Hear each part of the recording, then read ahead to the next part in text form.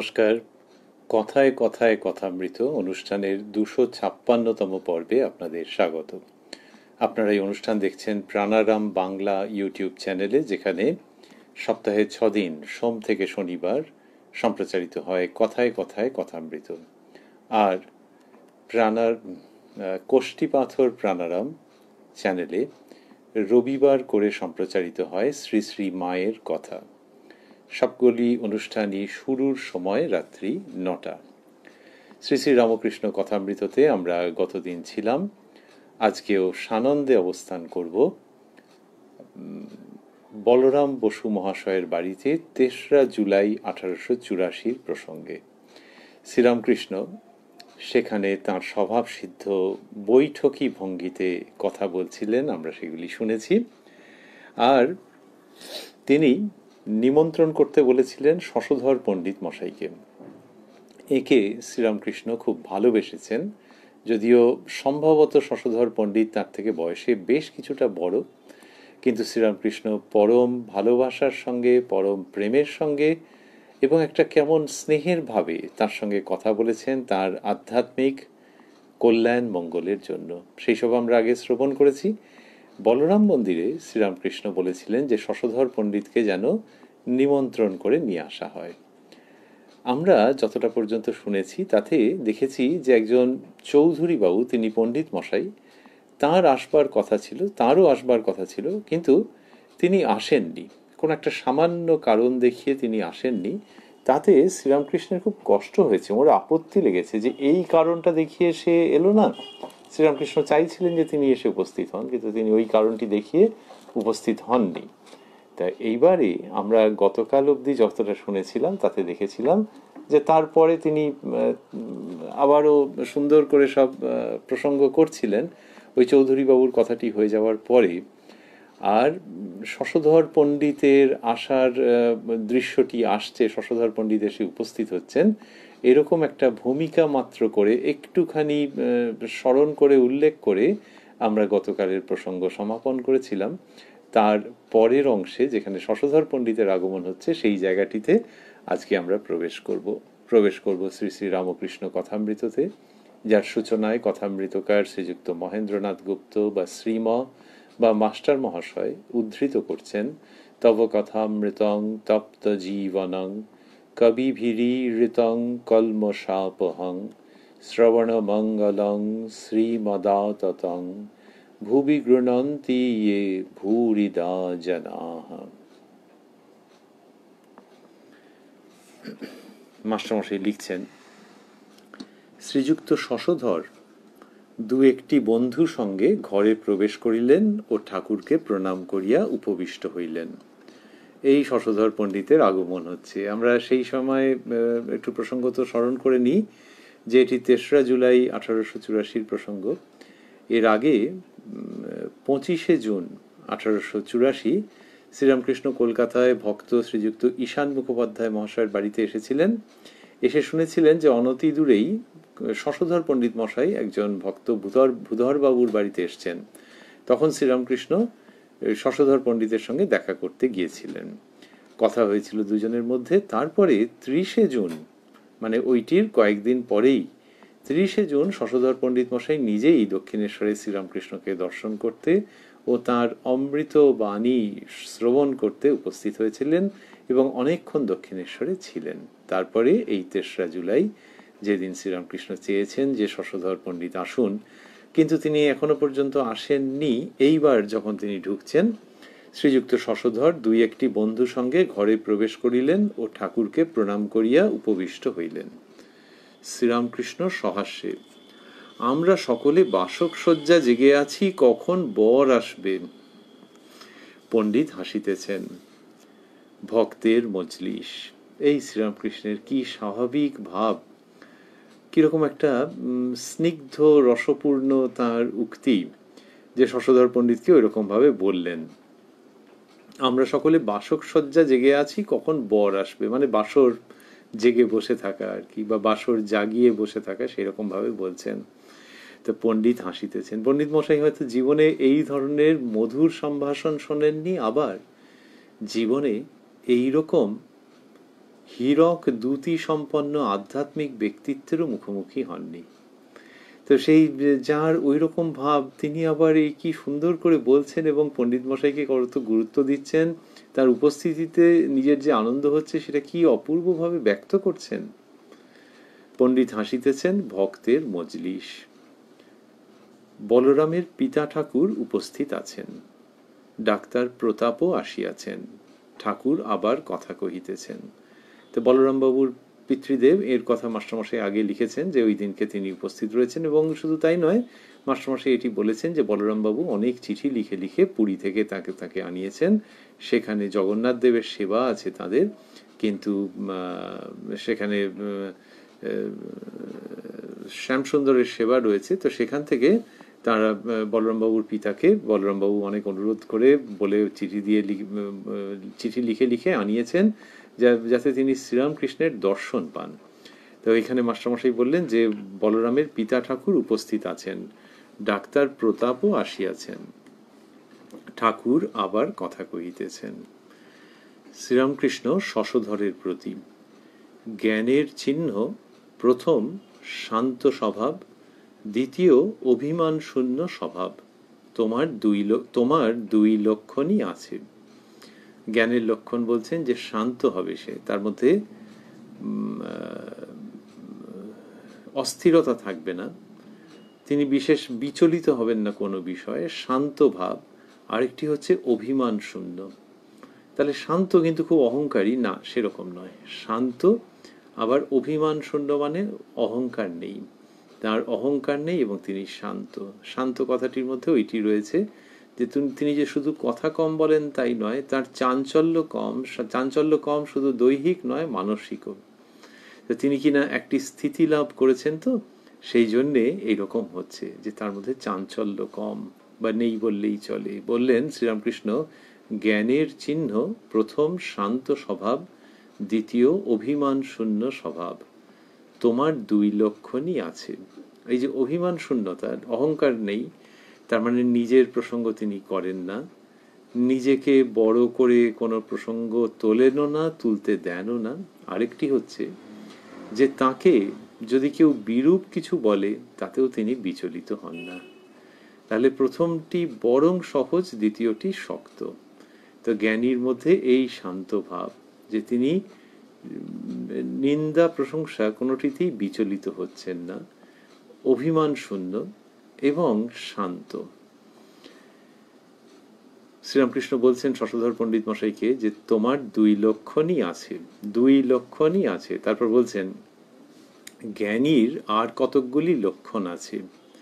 সাধুর কাছে ত্যাগী, কর্মস্থলে যেমন লেকচার দিবার সময় সিংহতুল্য, স্ত্রীর কাছে রসরাজ, রসপণ্ডিত, বন্ধনীর মধ্যে পণ্ডিত ও অন্যান্য সকলের হাস্য।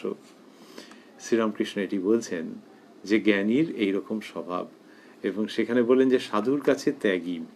তাহলে কি অন্যত্র ত্যাগী নন তা নয়, কিন্তু সাধুর কাছে তার ওই ত্যাগের প্রসঙ্গ করছেন তিনি, ত্যাগ বৈরাগ্যের বিভিন্ন কথা আসছে, এবং সাধুর কাছে যখন তিনি বসে আছেন তখন দেখলে মনে হচ্ছে যে জগৎ সংসারের কোনো আসক্তি নেই, এই কথাতেই তার প্রীতি, এবং সেটা ঠিকই। কিন্তু অন্য জায়গাতে শ্রী শ্রী মা বলতেন ঠাকুরের কাছেই পেয়েছেন এই ভাব, যেখানে যেমন সেখানে তেমন, যখন যেমন তখন তেমন, যাকে যেমন তাকে তেমন। তো এর আবার অন্য সময় দেখো বলছেন সাধুর কাছে ত্যাগী, কর্মস্থলে যেমন লেকচার দিবার সময় সিংহতুল্য। এরকম হলো। তাহলে সাধুর কাছে কিন্তু এরকম লেকচারার বলে মনে হবে না, বক্তা বলে মনে হবে না, সেখানে একেবারে ত্যাগের ভাবের মধ্যে তিনি খুব আনন্দে রয়েছেন। আবার লেকচার দিবার সময় সিংহতুল্য, সিংহতুল্য মানে তার কথার মধ্যে দিয়ে সেই প্রত্যয় ফুটে উঠবে, শক্তি ফুটে উঠবে। আর বিরুদ্ধ ভাব যদি কিছু থাকে, দুভাবে থাকতে পারে, এক হচ্ছে কেউ উত্থাপন করতে পারেন বিরুদ্ধ ভাব, আরেকটি হচ্ছে যে তিনি যা বলছেন সেটির যে বিরুদ্ধ ভাব সেটাকে খণ্ডন করছেন। কেউ উত্থাপন করুন বা না করুন, কারোর মনের মধ্যে এসছে হয়তো, ওটাতে স্বাভাবিকভাবে মনের মধ্যে ওই বিরুদ্ধ ভাব উঠতে পারে, সংশয় উঠতে পারে, সেটাকে একেবারে প্রবল শক্তির সঙ্গে তিনি খণ্ডন করছেন। তাহলে এই রকম হচ্ছে সিংহতুল্য, লেকচার দিবার সময় সিংহতুল্য, যিনি কিনা বললেন যে সাধুর কাছে ত্যাগী, তিনি কর্মস্থলে, কর্ম বলতে শ্রীরামকৃষ্ণ এই কর্মই বলছেন, যে জ্ঞানী, যে জ্ঞানী লেকচার দেন মানুষের লোকশিক্ষার জন্য বলেন, তার কথাই হচ্ছে যে সাধুর কাছে ত্যাগী কর্মস্থলে, মানে যদি তার ওই রকম বক্তৃতা দেওয়ার অভ্যাস থাকে, বক্তৃতা দেন, তাহলে তার সম্বন্ধে হচ্ছে যে এটা আরেকটা দিক। কর্মস্থলে যেমন লেকচার দিবার সময় সিংহতুল্য, স্ত্রীর কাছে রসরাজ রসপণ্ডিত, এটা এমনভাবে বলেছেন যে পণ্ডিত মশাই এবং অন্যান্য সকলে হেসে ফেলেছেন, যে স্ত্রীর কাছে ওই রকম। তাহলে স্ত্রীর কাছে রসরাজ রসপণ্ডিত যদি হন, আবার সাধুর কাছে ত্যাগী, এটা কিরকম হলো? স্ত্রীর কাছে যখন করছেন তখন হচ্ছে যে ওইটুকুনি শুধু যেন দায়িত্ব বোধে করছেন, তবে একেবারে নিরস নয়, কিন্তু দায়িত্ব বোধে করছেন। যে সম্পর্ক স্বীকার করেছেন সেই সম্পর্কের মধ্যে কি রাত দিন গীতা বেদান্ত বেদান্ত ভাগবত এই সমস্ত পড়বেন, বেদান্ত ভাগবত দিয়ে সারা জীবন চলবে? সেখানে ওই একটি সাংসারিক সম্পর্কের মধ্যে যেরকম হয় সেরকম ভাবে তিনি কথা বলছেন। তো বলছেন যে রসরাজ রসপণ্ডিত, হ্যাঁ, এরকম ভাবে শ্রীরামকৃষ্ণ একেবারে এক্সট্রিম দেখাচ্ছেন যে ও মানে একেবারে আদর্শ স্বামী যেমন হয় সেরকম ভাবে সে কথা বলছে। তা এইরকম ভাব রয়েছে। এইবারে তা কথার মধ্যে থেকেই বোঝা যাচ্ছে যে ইনি তো তাহলে বিবাহিত ব্যক্তি, রীতিমতো বিবাহিত ব্যক্তি। শ্রীরামকৃষ্ণ সেই জায়গাটি উল্লেখ করছেন দৃষ্টান্ত স্বরূপ, যে জ্ঞানীর আর কতকগুলি লক্ষণ আছে বলে এটি বললেন। তা জ্ঞানী আবার বিবাহিত, এটা নিশ্চয়ই হয়, আগে হয়েছে। আর শ্রীরামকৃষ্ণ বিশেষভাবে এই জায়গাটিকে নিয়ে এসছেন। তিনি তো ধর্ম সংস্থাপন করছেন।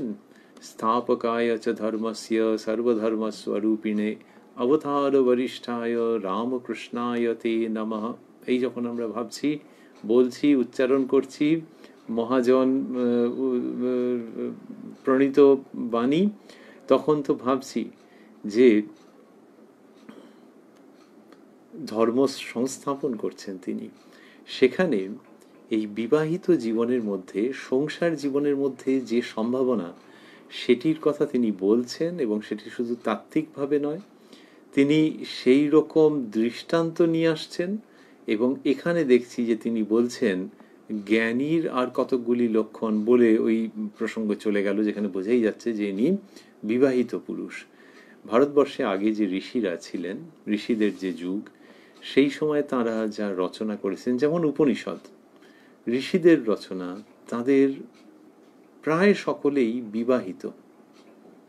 বিবাহিত তাঁরা সংসার জীবন যাপন করছেন, হয়তো অরণ্যে যাপন করছেন, কিন্তু বিবাহিত। তো সেই ঋষি যে শাস্ত্র রচনা করেছেন সেটি একজন সন্ন্যাসীর একেবারে হৃদয়ে মস্তকে রাখার যোগ্য, এবং সেইভাবেই রক্ষিত হয়। উপনিষদ রচনা করছেন যিনি, তিনি একজন বিবাহিত পুরুষ। এই যে গঠন সমাজের, এই যে ভাব, এই যে অবস্থা, শ্রীরামকৃষ্ণ সেটিকে নতুন করে ফিরিয়ে আনছেন। নজরুলের গানে আছে, সত্য যুগের পুণ্য স্মৃতি আনিলে কলিতে তুমি তাপস। এই সংসার জীবনের মধ্যে, গৃহী জীবনের মধ্যে সর্বোচ্চ জ্ঞানের অনুসন্ধান এবং সাধনা ও সাফল্য বা সিদ্ধি, শ্রীরামকৃষ্ণ সেই জায়গাটিকে নতুনভাবে নিয়ে আসছেন। আমরা রয়েছি 1884 তেসরা জুলাই বলরাম মন্দিরে। বলরাম ভবন কিন্তু শ্রীরামকৃষ্ণের উপস্থিতির দ্বারা মন্দিরে পরিণত হয়েছে। সেখানে ভগবত সেবা ছিল, তবু বলরাম ভবন ছিল, সেটি বলরাম মন্দির। এই বলরাম মন্দিরে শ্রীরামকৃষ্ণ এই কথা বলছেন, এবং সেখানে জ্ঞানীর লক্ষণ প্রসঙ্গে এই রকম জায়গাটিকে উত্থাপন করলেন, উপস্থাপন করলেন। কথামৃতকার মাস্টার মহাশয় তাঁর যে ভাব, সেটি জ্ঞানীর ভাব না ভক্তের ভাব আমরা কি করে বিচার করব?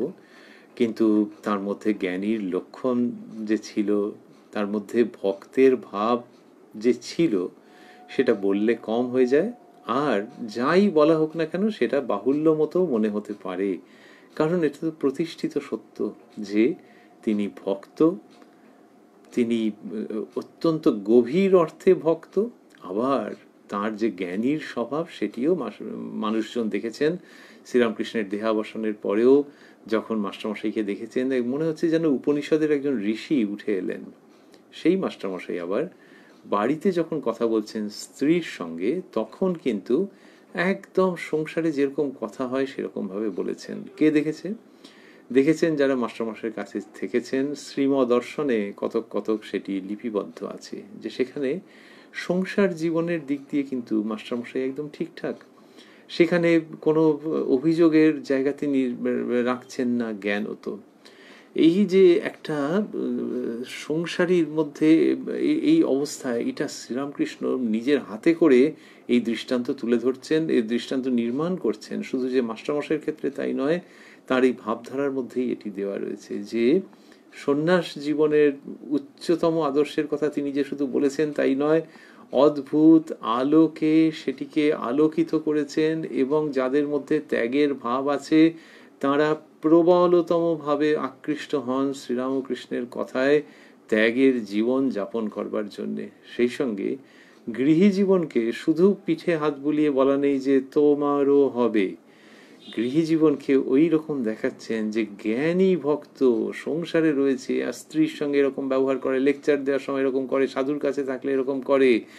এই সব কথা যে শ্রীরামকৃষ্ণ বলছেন, এটার দ্বারা নবযুগ নির্মাণ করছেন তিনি। নবযুগ নির্মাণ করছেন এবং দেখাচ্ছেন যে এইরকমটা হয়। সেটি শ্রীরামকৃষ্ণ দেখাচ্ছেন। সেই শ্রীরামকৃষ্ণ যিনি নিজে বিবাহ করলেন, তার বিবাহ তো ওই নবযুগের সূচনার যেন একটি প্রতীকী কর্ম। তিনি বিবাহ করলেন, বলা হয় যে স্ত্রীর সঙ্গে সংসার জীবন যাপন করলেন না, সেটি যেমন খুব বড় কথা, তেমনি আবার মা শারদার দিক থেকে কোনো রকমের দুঃখ আক্ষেপের জায়গা দেখতে পাওয়া যায় না। তিনি পরমানন্দে রয়েছেন সেই স্বামীকে নিয়ে, যে স্বামী বিরাট ত্যাগী, এবং শ্রী শ্রী মায়ের ভাষায় যে বাবা এই যুগে তার ত্যাগই হলো বিশেষত্ব, অমন স্বাভাবিক ত্যাগ কি আর কেউ কখনো দেখেছে? তো নিজের সহধর্মিনী বলছেন ত্যাগের কথা। এ কি কিছু কম? এ কি কিছু সাধারণ? এটি অসাধারণ। কিন্তু এ যুগে রূপায়িত হওয়ার মতো সেই যে শ্রীরামকৃষ্ণ দেখাচ্ছেন। অন্যত্র বলেছেন যে সংসারে থাকলে একটি সাধারণ গৃহী মানুষের জন্য বলেছেন এই অসাধারণ উক্তি যে একটি দুটি সন্তানের পর ভাই বোনের মতো থাকবে। সেই শ্রীরামকৃষ্ণ সংসার জীবনে, গৃহী জীবনে শুধু ওই আমরা ভাবছিলাম যে কিছুটা ইয়ে করবার মতো, যে সান্ত্বনা দেওয়ার মতো, যে হ্যাঁ তোমার এটুকুনিও হবে, এইরকম ভাবে যে শুধু বলেছেন তাই নয়। তিনি দেখাচ্ছেন যে সংসার জীবনে এই জায়গাটাতে যাওয়া যাবে, এই যে জ্ঞানীর ভাব সেইখানটাতে যাওয়া যাবে। বলা হয় যে এই জন্যই তার বিবাহ সংস্কার স্বীকার করা বা বিবাহ করা এই লৌকিক দৃষ্টিতে, যে হ্যাঁ বিবাহের পরেও দেখো এই অবস্থাতে তিনি রয়েছেন। তিনি তো বলেছেন যে শয্যায় স্ত্রী শয়ান রয়েছে, মনকে বললাম মন কি তুই কি চাস, তা মন সেই ভোগ বাসনার মধ্যে যেতে চাইলে না। এই যে কথা বলছেন মন কি চাস, তার মানে দুটো বিকল্পই রয়েছে। তো সেখান থেকে মন চাইছে না মানে এটা কোনো অলৌকিক দৃষ্টান্ত মুখে বলা হচ্ছে তা নয়।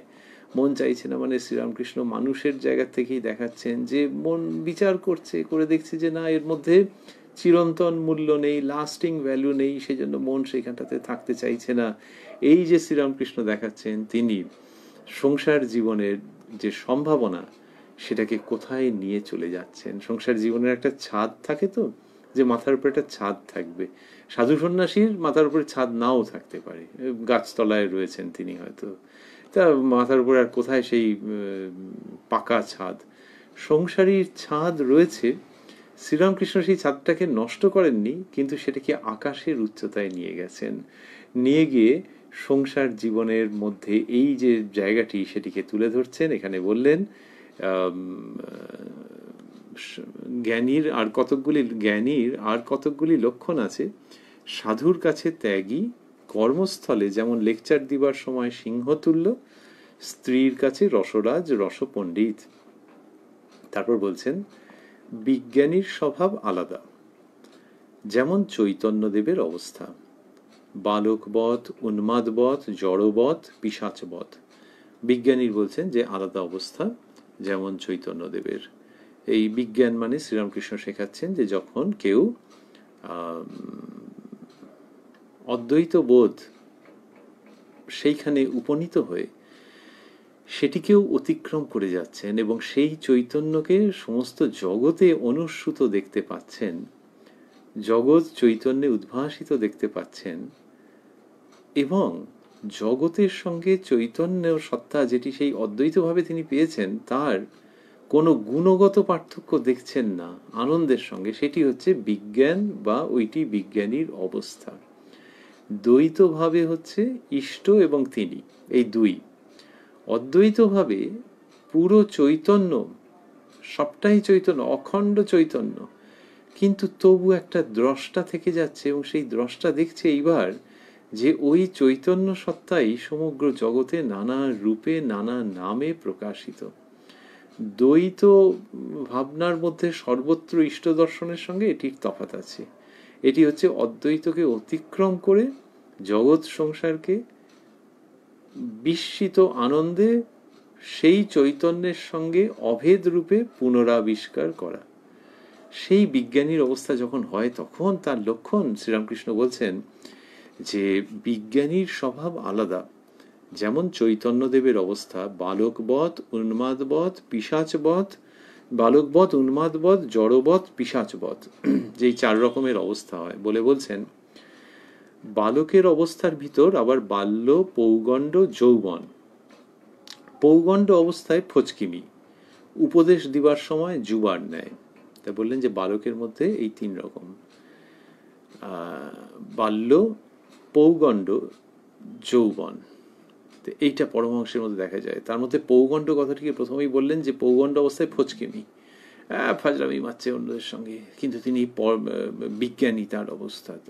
ওই যখন ফাজলামি মারছেন তিনি এটা ওটা নিয়ে মজা করছেন, আমরা এখন আজকাল দিনে ফাজলামি বলি, আগে ফচকিমি বলা হতো, এটা মানে ওই রকম আর কি, নির্দোষ, কিন্তু একবার এর মধ্যে কোনো আধ্যাত্মিক কিছু অর্থ নেই, তুমি খুঁজতেও যেও না, হেভি আর কি মারছেন, এই যে ভাবটা সেটা হচ্ছে বিজ্ঞানীর মধ্যে। তখন ওই যে বললেন বাল্য, একটা বললেন বালকবৎ ভাব, সেই বালকবৎ ভাবের মধ্যে 3টি অবস্থা, বাল্য, পৌগণ্ড এবং যৌবন। তো পৌগণ্ড অবস্থা এরকম। আর যৌবন বললেন উপদেশ দিবার সময় যুবার ন্যায়, ওই সিংহের শক্তি একেবারে, সেটা উপদেশ দেবার সময়। আরেকটি কি রইল তাহলে? রইল বাল্য। বাল্য মানে ওই বাচ্চা ছেলের মতো স্বভাব, যে কোনো জিনিসে আঁট নেই, ও একটা জিনিস চাইতেও যতক্ষণ, না চাইতেও ততক্ষণ, একবারে বাচ্চা ছেলের মতো unpredictable and very sweet for the very reason, that same reason, যে তাকে কিছু বোঝা যায় না এবং ওই জন্যই ভারী মিষ্টি লাগে। ও কোনো আগে থাকতে বোঝা যাবে নাকি যে কখন কি করবে, এই চেঁচাচ্ছে, এই হাসছে, এই ঘাড়ের ওপর লাফিয়ে উঠলো, কোনো মাথামুন্ডু নেই। এই তো সেই বাল্য অবস্থা, যে একেবারে সিধে সাদা, মনের মধ্যে কোনো প্যাঁচ নেই এবং কোনো জিনিসে আসক্তি নেই, আসক্তির মতো দেখাচ্ছে কিন্তু আসলে আসক্তি নয়। এইরকম বললেন যে বালকের অবস্থা। আর বাকিগুলি বলেছেন উন্মাদবৎ, জড়বৎ, পিশাচবৎ, এগুলি চৈতন্যদেবের হয়েছে, এগুলো বিজ্ঞানীর অবস্থা বলছেন। তারপরে পণ্ডিত মশাই বলছেন, মাস্টারমশাই লিখছেন, পণ্ডিত কিরূপ ভক্তি দ্বারা তাকে পাওয়া যায়, এইসব কথা পণ্ডিত মশাই বলছেন। এই পণ্ডিত মশাই আগে বলেছেন শ্রীরামকৃষ্ণকে যে তিনি মানুষকে শাস্ত্রের শিক্ষা দিয়ে থাকেন, শাস্ত্রের কথা বুঝিয়ে বলে থাকেন। সেইটা একটা সময় ছিল, এই যে আমরা বলছিলাম যে এটি আজকে নিয়ে, এই নিয়ে 3 দিন যে এদের কথা হচ্ছে, 25শে জুন, 30শে জুন এবং 3রা জুলাই। তো আগে ওইসব বলেছিলেন, পরে দেখা যাচ্ছে পণ্ডিত মশাই ঠাকুরের কাছে শুনতে চান, আরো বেশি করে শুনতে চান, নিজের কথা আর উত্থাপনই করছেন না এবং ঠাকুরের কাছে খুব অন্তরঙ্গ প্রসঙ্গ করছেন। আগে একদিন ঠাকুর বলেছিলেন পণ্ডিত মশাই বিদায় গ্রহণ করবার পর যে একেবারে ডাইলিউট হয়ে গেছে, তার মানে এই ঈশ্বরীয় ভাবের মধ্যে খুব সে আনন্দ পেয়েছে, মজে গেছে, মগ্ন হয়ে গেছে। তো এখানে দেখা যাচ্ছে পণ্ডিত মশাই জিজ্ঞেস করছেন, মাস্টারমশাই লিখছেন, পণ্ডিত কিরূপ ভক্তি দ্বারা তাকে পাওয়া যায়। শ্রীরামকৃষ্ণ প্রকৃতি অনুসারে ভক্তি 3 রকম, ভক্তির সত্ত্ব, ভক্তির রজ, ভক্তির তম। বললেন প্রকৃতি অনুসারে, মানে ভক্তির মধ্যেও 3 রকমের প্রকৃতি আছে, এটি শ্রীরামকৃষ্ণ বলছেন। এবং সেখানে বললেন ভক্তির সত্ত্ব, রজ, তম। এবারে বলছেন ভক্তির সত্ত্ব ঈশ্বরই টের পান, ভক্তির সত্ত্ব ঈশ্বরই টের পান,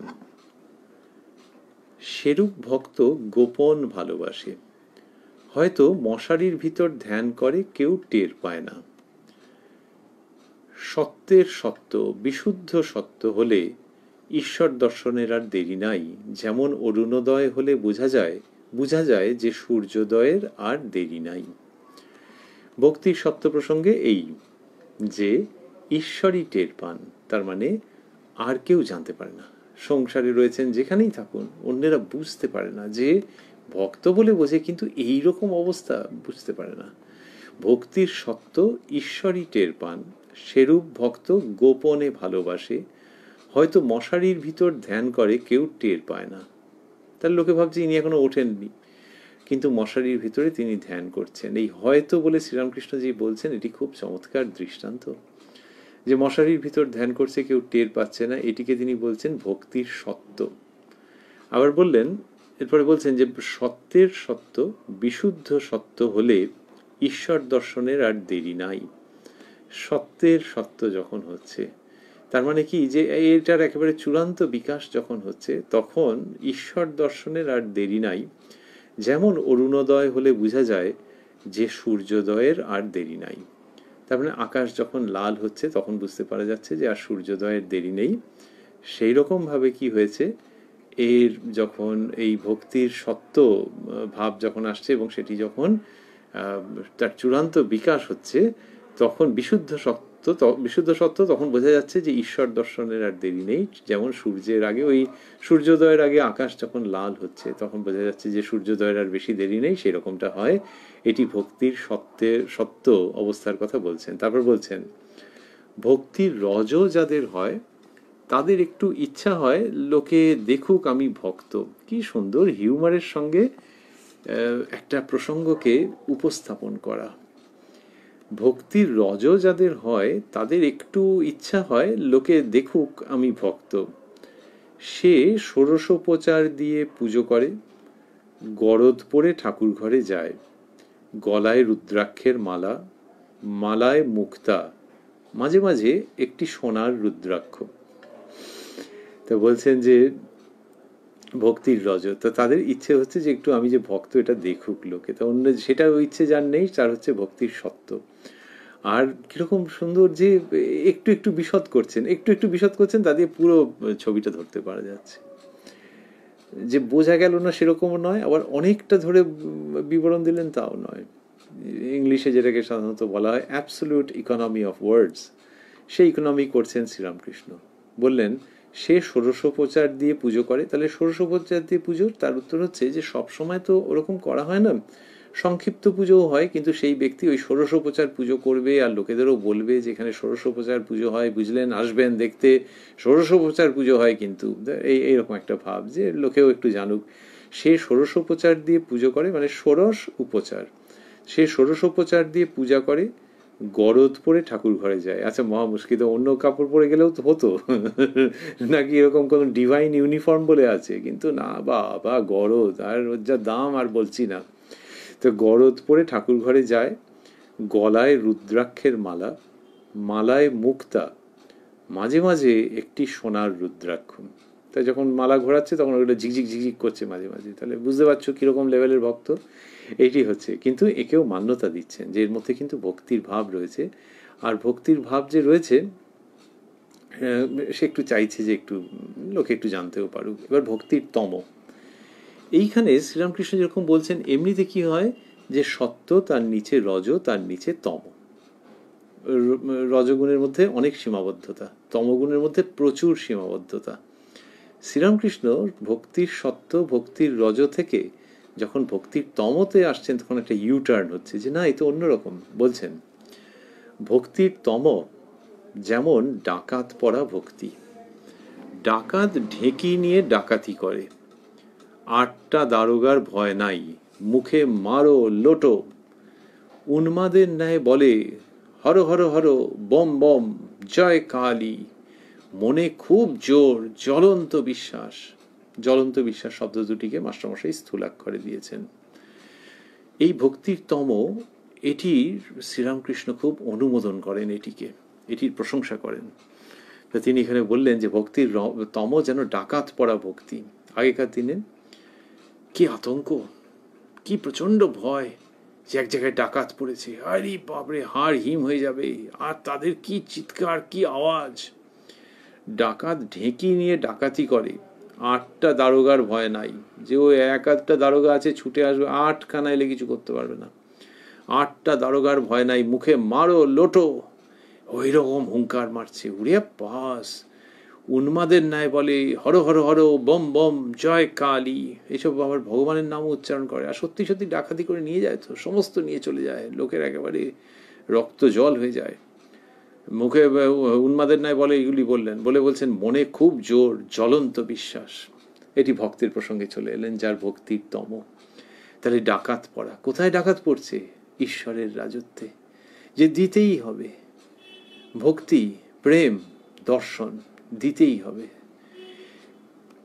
এই ঈশ্বরের কাছে সেইভাবে ভক্ত চাইছে যে কোনো মিনমিন পিনমিন করে শুধু প্রার্থনা করা নয়, প্রার্থনা তো আছে, কিন্তু তারপরে হচ্ছে যে এবার একটা বোঝাপড়া করতে হবে, দিতেই হবে, এই ভাব হয়।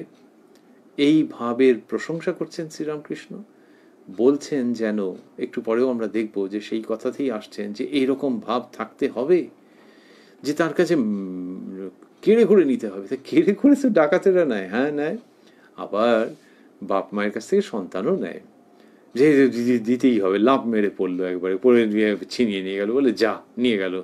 উফ, কি দুরন্ত যে হয়েছে না।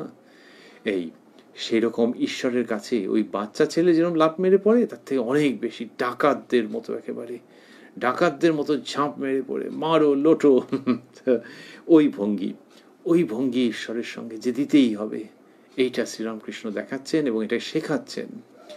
বললেন উন্মাদের ন্যায় বলে এরকম বলে তারপরে ভক্তের প্রসঙ্গে এসে বলছেন, সঙ্গে সঙ্গে ভক্তের প্রসঙ্গে এসে যাচ্ছেন, এসে বলছেন মনে খুব জোর জ্বলন্ত বিশ্বাস। এই ভক্তের জ্বলন্ত বিশ্বাস, বিশ্বাসটা কোথা থেকে এলো? ডাকাত পড়া ভক্তির কথা তো হলো। জ্বলন্ত বিশ্বাস মানে দুটো। এক হচ্ছে যে যাকে ডাকছি তার কাছে সব কিছু আছে, ভক্তি, জ্ঞান, প্রেম, বৈরাগ্য, ঈশ্বরীয় আনন্দ, ভগবত ভাবে চোখের জল, সমস্ত কিছু তার কাছে আছে। আরেকটি হচ্ছে যে চাইলে পাওয়া যায়, আমি চাইনি সেজন্য পাইনি, চাইলে পাওয়া যায়, জ্বলন্ত বিশ্বাস। তা বললেন মনে খুব জোর জ্বলন্ত বিশ্বাস, এটি শ্রীরামকৃষ্ণ বলছেন।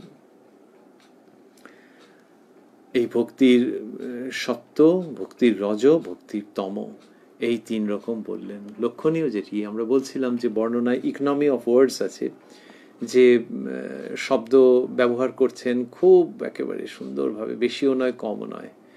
আবার সেই সঙ্গে সাহিত্যের দিক থেকে আরেকটি প্রসঙ্গ লক্ষণীয়, সেটি হলো যে অনেক সময় হয় যে যিনি বলছেন তার যেটা ভালো লাগে সেইটাতে অনেকটা জায়গা জুড়ে তিনি বললেন।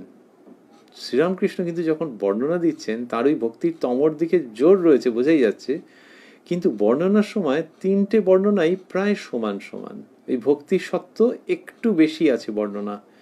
কথামৃতর মধ্যে যদি কেউ দেখেন বা শব্দ সংখ্যা গুণে দেখেন তাহলেই পাবেন যে ভক্তির সত্যর মধ্যে একটু বেশি, কয়েকটি শব্দ বেশি।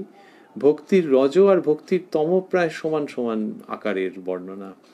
এইটা যিনি সাহিত্যিক বা অন্য কোনো রকমভাবে যিনি কমিউনিকেটর, তার একটা বড় গুণ, যে একটা ব্যালেন্স মেনটেন করে, সমতুল ভাব একটা রক্ষা করে পুরো বক্তব্যটিকে স্থাপন করা।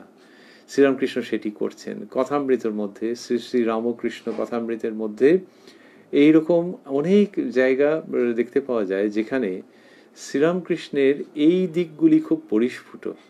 তার রসবোধ, তার শৈল্পিক সত্তা, তার এফিসিয়েন্সি অফ কমিউনিকেশন, কথা বলা, অনেকের কাছে ভাব উপস্থাপন করা, সেটার কি অমিত শক্তি, তার বিদ্যুৎ চমকের মতো দীপ্তি এবং প্রকাশ এবং ভাস্বর প্রকাশ আছে কথামৃতের অনেক জায়গায়।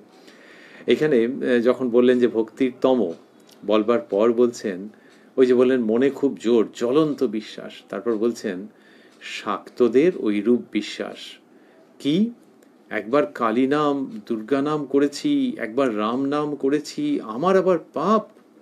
এই আমার আবার পাপ শব্দগুলি স্থূলাক্ষরে দেওয়া আছে।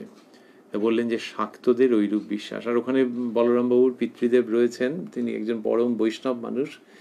শ্রীরামকৃষ্ণ শাক্তদের কথা বলছেন, করে বলছেন শাক্তদের ঐরূপ বিশ্বাস কি, একবার কালী নাম দুর্গা নাম করেছি, একবার রাম নাম করেছি, আমার আবার পাপ। তাহলে আচ্ছা, পাপ নেই মানে এরকম করেছেন বলে আর পাপ নেই মানে?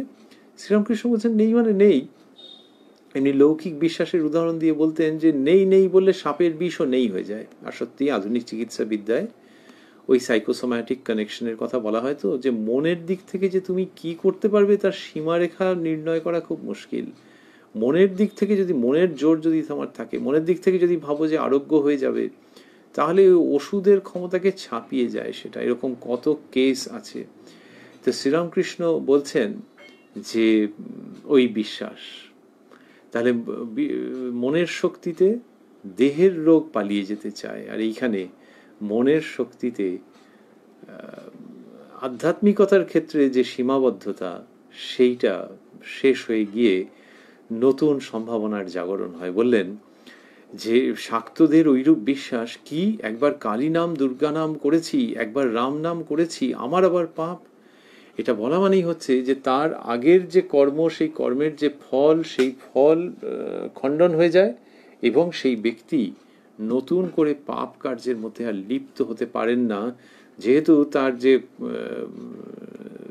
কনস্টিটিউশন, তার যে অন্তর প্রকৃতি, সেটি বদলে যায় ওই বিশ্বাসের দ্বারা। এই হচ্ছে সাইকোসোম্যাটিকের মতো, যে ওই বিশ্বাসের দ্বারা ভেতরের যে সংস্কারগুলো সেগুলো বদলে যাচ্ছে, টিউন হয়ে যাচ্ছে এমনভাবে যে আর পাপ কার্যের দিকে তার যাওয়া সম্ভবই হচ্ছে না।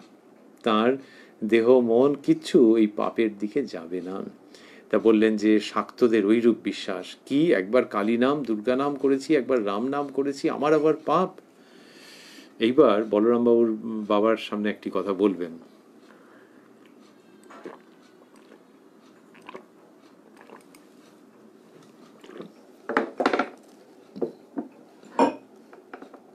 বলছেন শ্রীরামকৃষ্ণ ওই শাক্তদের কথা বলবার পর, বৈষ্ণবদের বড় দিনহীন ভাব, যারা কেবল মালা জপে বলরামের পিতাকে লক্ষ্য করিয়া, মাস্টারমশাই বন্ধনীর মধ্যে দিয়েছেন, বলরামের পিতাকে লক্ষ্য করিয়া কেঁদে কোকিয়ে, যারা কেবল মালা জপে বলরামের পিতাকে লক্ষ্য করিয়া কেঁদে কোকিয়ে বলে, হে কৃষ্ণ দয়া করো, আমি অধম, আমি পাপী। তো বললেন যে বৈষ্ণবদের বড় দিনহীন ভাব, যারা কেবল মালা জপে কেঁদে কোকিয়ে বলে, হে কৃষ্ণ দয়া করো, আমি অধম, আমি পাপী। বলরাম বাবুর বাবাকে সরাসরি লক্ষ্য করে এই কথাগুলি বলছেন যে বৈষ্ণবদের মধ্যে এই অসুবিধাটা রয়েছে, বৈষ্ণবদের বড় দিনহীন ভাব। তার মানে সাধারণত এটা হয়, এই বলার ভঙ্গির মধ্যেই সেটা বোঝা যাচ্ছে যে কেবল মালা জপে আর কেঁদে কোকিয়ে বলে। তাহলে এই যে হে কৃষ্ণ দয়া করো, আমি অধম, আমি পাপী, এটি শ্রীরামকৃষ্ণ বলছেন যে এটা বারবার কেন বলবে, বরং ওই ভাবটা আরোপ করো, সেটির কথাতেই তিনি এবার আসবেন। তো এবার বারবার এরকম বললে কি হয়, যে অন্যত্র বলেছেন শ্রীরামকৃষ্ণ যে পাপি পাপি বলতে বলতে সে শালা পাপিই হয়ে যায়। স্বামী বিবেকানন্দ এই কথা বিদেশে বিভিন্ন রকম ভাবে প্রচার করেছেন, এই জাগরণের বাণী। তো ওখানে বললেন যে বৈষ্ণবদের বড় দিনহীন ভাব। তো দীনতা তো বৈষ্ণবের স্বভাব লক্ষণ, কিন্তু ওই দীনতার মধ্যে যে বিনয় আছে, সেটি যেন আবার মেরুদণ্ডহীনতায় পরিণত না হয়। বিনয় ভালো, আর তার সঙ্গে যদি আত্মিক শক্তির একটা যোগ সাধন হয় তাহলে চমৎকার। শ্রীরামকৃষ্ণ ওই বিনয়ের জায়গার থেকে ওইটি বারবার ওই অধম পাপী করতে করতে সেটা মানুষের মনের ওপরে নেতিবাচক প্রভাব যেন না ফেলে, এই জায়গাটাতে শ্রীরামকৃষ্ণ আনছেন। তিনি বৈষ্ণবদের কত ভালোবাসতেন। রাধাকৃষ্ণের নামে তার চোখ দিয়ে, দু চোখ দিয়ে জলের ধারা পড়েছিল, কাঁদতে কাঁদতে কাপড় ভিজে যেত, বুক ভেসে যেত। তা তিনি রাধাকৃষ্ণের ভাব, শুধু তিনি নন, তিনি যখন রাধাকৃষ্ণের কথা বলেছেন, বৈষ্ণব ভাবে নেচেছেন, গেয়েছেন, তখন কতবার হয়েছে যে যারা উপস্থিত তাদের কারো কারোর চোখে জল এসেছে। তো সুতরাং তিনি তো ওই ভাব বোঝেন বললে খুব কম বলা হয়ে যায়।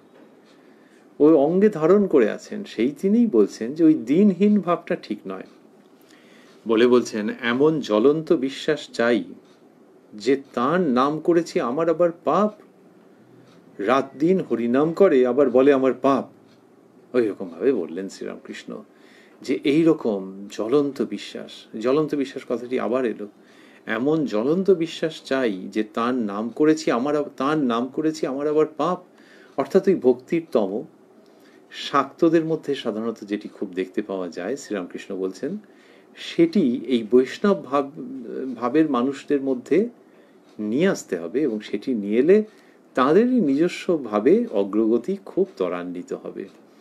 এমন জ্বলন্ত বিশ্বাস চাই যে তার নাম করেছি আমার আবার পাপ। রাত বলে শ্রীরামকৃষ্ণ বকছেন যে এই কিরকম বৈপরীত্য, তোমার তো আরো অনেক এগিয়ে যাওয়ার ব্যাপার ছিল, কথা ছিল। রাত দিন হরিনাম করে আবার বলে আমার পাপ, তো তার মানে হচ্ছে যে হরিনামের শক্তিতে বিশ্বাস আসেনি নাকি? কথা কহিতে কহিতে ঠাকুর প্রেমে উন্মত্ত হইয়া গান গাইতেছেন। এই মাস্টারমশাই মাঝে মাঝে এটা লেখেন যে প্রেমে উন্মত্ত হইয়া, ওই যে ভাব এসে গেছে তো, যে কি একবার কালী নাম দুর্গা নাম করেছি, একবার রাম নাম করেছি আমার আবার পাপ। শ্রীরামকৃষ্ণ যখন এই নামগুলি করছেন সঙ্গে সঙ্গে ভেতরে ভেতরে উদ্দীপ্ত হয়ে যাচ্ছেন। এই অপূর্ব যে শুদ্ধ এই নামটি করার সঙ্গে সঙ্গে উদ্দীপন হচ্ছে। এই নামের যে শক্তি সেটি শ্রীরামকৃষ্ণের এই ভাব দেখলে বুঝতে পারা যায়, তার থেকে উদ্দীপ্ত হওয়া যায়, তার থেকে জীবনের সম্পদ ভাবনার খাদ্য আহরণ করা যায়। যে এই শুদ্ধ নামগুলো করছেন তো, করতে করতে করতে করতে এমন ভাব হয়ে যাচ্ছে, এমনি তো বকলেন তো একটু, রাত দিন হরিনাম করে আবার বলে আমার পাপ, কিন্তু হরির নাম আসছে তার আগে কালী নাম, দুর্গা নাম, রাম নাম, এইসব এদের সব নাম এসেছে। তো শ্রীরামকৃষ্ণ এবারে চার্জড হয়ে গেছেন। কি করে আমরা বুঝছি চার্জড হয়ে গেছেন? গান গেয়েছেন তো।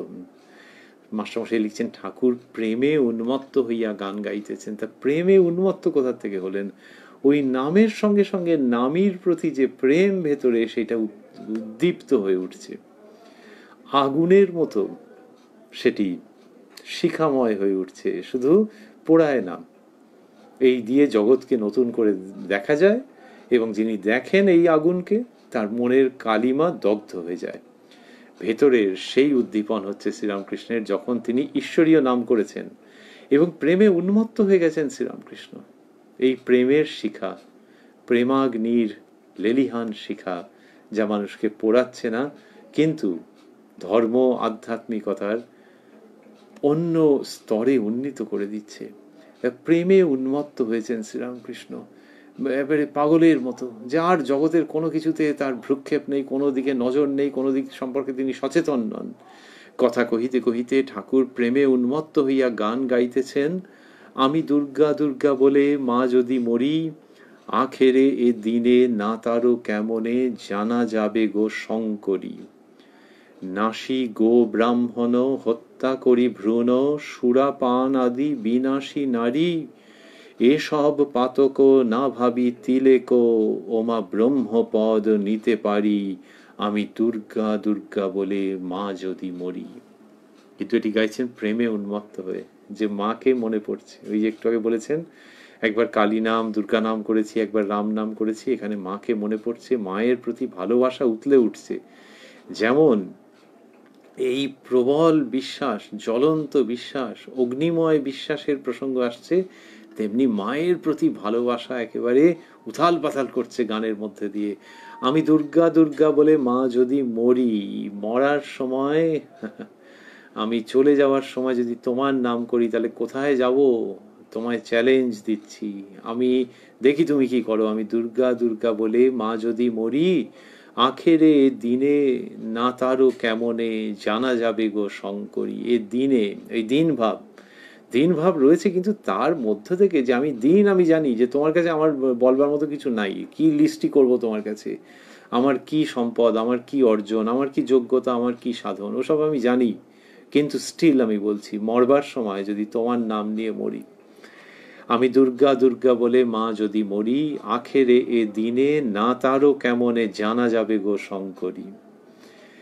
নাসিক, এবার বলছেন যে মানে উদাহরণের মতো করে বলা হচ্ছে যে এইরকম এরকম যদি সব বড় বড় লিস্ট থাকে বাজে বাজে কাজের, নাসিক গো ব্রাহ্মণ হত্যা করি, ভ্রূণ সুরাপান আদি বিনাশী নারী, এসব পাতক না ভাবি তিলেক ওমা ব্রহ্ম পদ নিতে পারি।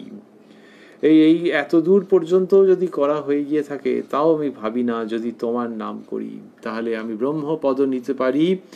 এসব পাতক না ভাবি তিলেক ওমা ব্রহ্মপদ নিতে পারি, আমি দুর্গা দুর্গা বলে মা যদি মরি। এইবার কথা হচ্ছে যে মৃত্যুকালে দুর্গা দুর্গা নাম বললেই ব্যাস সমস্ত এক্সাম্পটেড, সব পাপের স্খলন হয়ে গেল।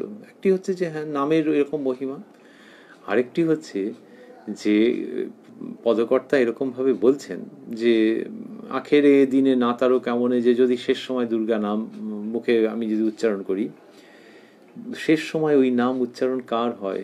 যিনি কিনা ওই ভাবের মধ্যে, ওই নামের মধ্যে, ওই নামীর কোলের মধ্যে রয়েছেন তাঁরই। তা নাহলে কি হয় নাকি?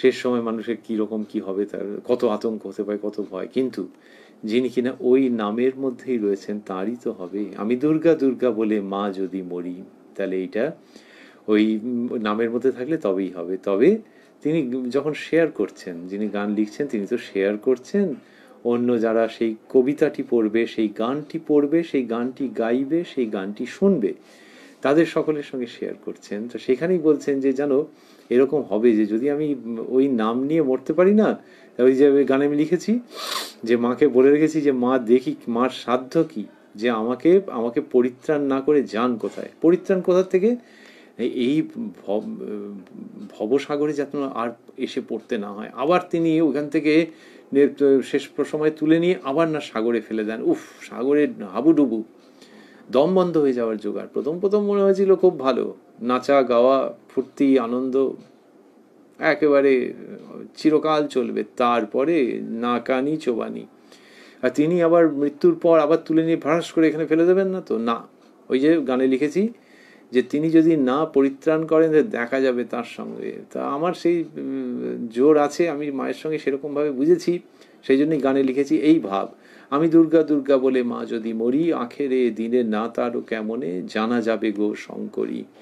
করে ওইসব বললেন যে এসব পাতক না ভাবি তিলেক ওমা ব্রহ্মপদ নিতে পারি। তাহলে ওই যে নামের মধ্যে থাকলে শেষ সময় সেই নাম উচ্চারিত হলে তার আবার পাপের ভয় কি। গান। শিব সঙ্গে সদা রঙ্গে আনন্দে মগনা, সুধা পানে ঢল ঢল কিন্তু ঢলে পড়ে না মা। এই কি অপূর্ব গান, এবং শ্রীরামকৃষ্ণ গাইছেন শিব সঙ্গে সদা রঙ্গে আনন্দে মগনা, মা কালীর গান। সুধা পানে ঢল ঢল কিন্তু ঢলে পড়ে না মা। এই গান যখন গাইছেন কি পরিবেশ তৈরি হচ্ছে, যে শিব সঙ্গে, শিব শক্তির লীলা, শিব সঙ্গে সদা রঙ্গে আনন্দে মগনা। এই জগৎ শিব শক্তির খেলা, শিব নিষ্ক্রিয় হয়ে শক্তির পদতলে পড়ে আছেন। ভঙ্গিটি হচ্ছে এমন যে শিব ওই শক্তির দিকে তাকিয়ে রয়েছেন, তাকিয়ে থাকা। টু বি আ উইটনেস, সাক্ষী রূপে, সংস্কৃতে সাক্ষী। শিব সাক্ষী রূপে শক্তির কার্যকলাপ দেখছেন এবং অনুমোদন করছেন, কিন্তু তিনি নিজে সক্রিয় নন। এই শিবশক্তির অপূর্ব লীলা, আর সেই লীলায় যিনি লীলাময়ী সেই মা, এইসব কি উচ্চাঙ্গের ভাব। সেই মা সম্বন্ধে এই গান। শিব সঙ্গে সদা রঙ্গে আনন্দে মগনা, সুধা পানে ঢল ঢল কিন্তু ঢলে পড়ে না মা। এই গান যখন শ্রীরামকৃষ্ণ গাইছেন, যেন সেই শিব শক্তির আগমন হচ্ছে বলরাম মন্দিরে, যেন সেই কৈলাস মূর্ত হয়ে উঠছে সকলের মনের জগতে। গান শুনিয়া শশধর কাঁদিতেছেন, শশধর পণ্ডিত মশাই গান শুনে কাঁদছেন। শ্রীরামকৃষ্ণ এই তো কথায় কথায় কথায় কথায় এরকম গানের মধ্যে চলে এলেন, এবং এসে এমন ভাব হলো যে শশধর পণ্ডিত মশাই কাঁদছেন। ওই হয়তো কাপড়ের খোঁট দিয়ে চোখ মুছছিলেন, পাখি কান্নার অনেকটা আওয়াজ হয়তো এটা ফুঁপিয়ে উঠেছেন হয়তো। শ্রীরামকৃষ্ণ যখন গাইছেন তখন মাস্টারমশাই খেয়াল করছেন যে শশধর পণ্ডিত মশাই কাঁদছেন। এই শ্রীরামকৃষ্ণ কি অপূর্ব ভাব তার, কি অপূর্ব তার ভাব